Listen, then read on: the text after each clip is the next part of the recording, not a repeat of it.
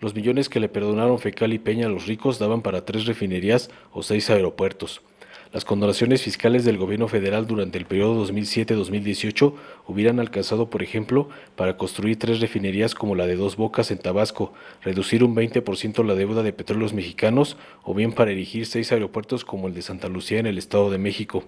En 2007, el gobierno federal emitió las reglas para la condonación total o parcial de créditos fiscales a nivel federal. Desde entonces y hasta abril de este año, el Servicio de Administración Tributaria SAT reportó condonaciones por más de 401 mil millones de pesos.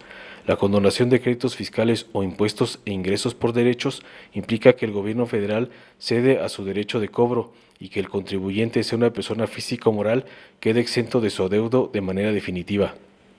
Las implicaciones del monto condonado no son menores.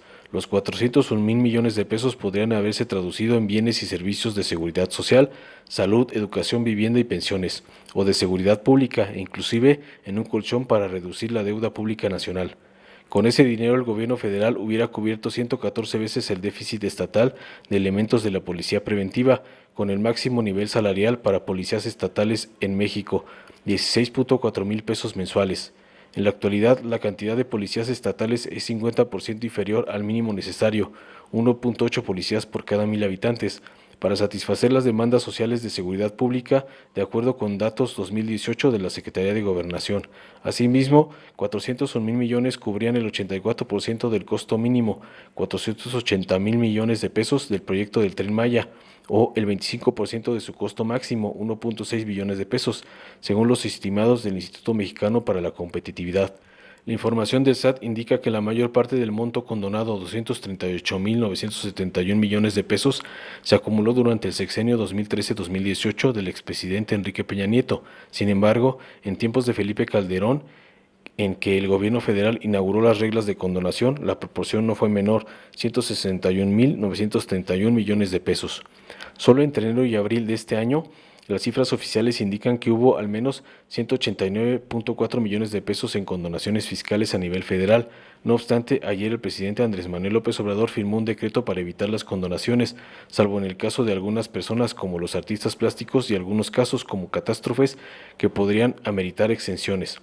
Se van a terminar las condonaciones de impuestos y ya estamos terminando la investigación de cómo se condonaron impuestos por miles de millones de pesos en el periodo neoliberal, adelantó AMLO la semana pasada, en que tildó de injusto que mientras el pueblo raso paga impuestos, un grupo selecto y privilegiado de contribuyentes dejara de pagarlos. El problema de las condonaciones en México es que han sido práctica formulada, diseñada e implementada de manera discrecional y sin los controles que garanticen que este tipo de beneficios no sean otorgados a favor de quienes poseen mayores adeudos o de quienes ya han sido favorecidas en el pasado. De acuerdo con la investigación Privilegios Fiscales, Beneficios Inexplicables para unos cuantos, 2017, del Centro de Análisis e Investigación Fundar. La titular del SAT, Margarita Ríos Farjat, refirió ayer que el 54% del monto total de las condonaciones fiscales entre 2007 y 2018 estuvo concentrado en 108 contribuyentes del sector privado.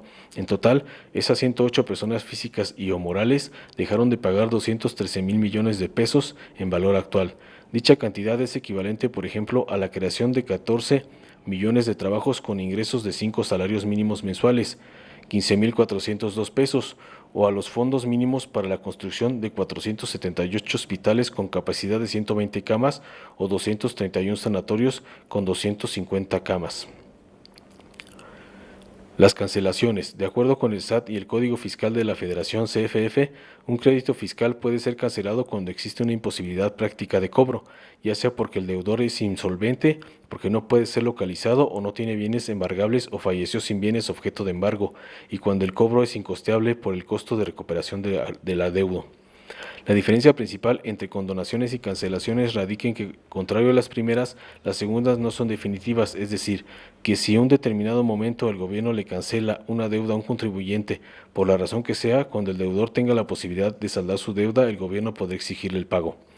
Entre 2007 y 2019, el gobierno federal aplicó cancelaciones por 794.2 mil millones de pesos, según las cifras oficiales y los datos de Fundar. Esta cantidad que podría o no ser recuperada por el gobierno en turno, también tiene un amplio potencial para cambiar la realidad nacional.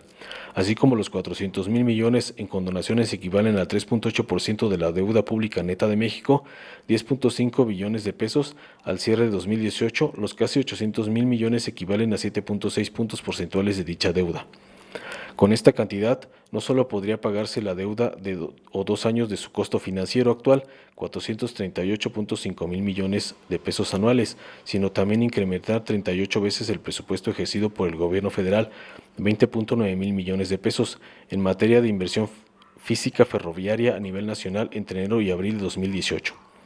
También podría servir para reducir en un 40% la deuda de Pemex, que junto con el 20% de las condonaciones librarían a la empresa productiva del Estado de la mayor parte, 60% de su deuda actual, que es superior a los 2 billones de pesos. Inclusive, con un colchón de 794.2 mil millones de pesos, la actual administración podría pagar el costo anual de 10.4 millones de estudiantes de educación superior o de 15.5 millones de alumnos de bachillerato, o quizá mejorar 552.672 escuelas a nivel nacional.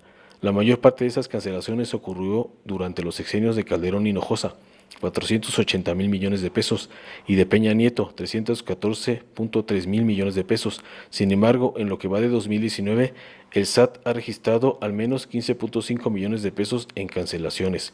Informó Mr. Político, nos vemos el siguiente video.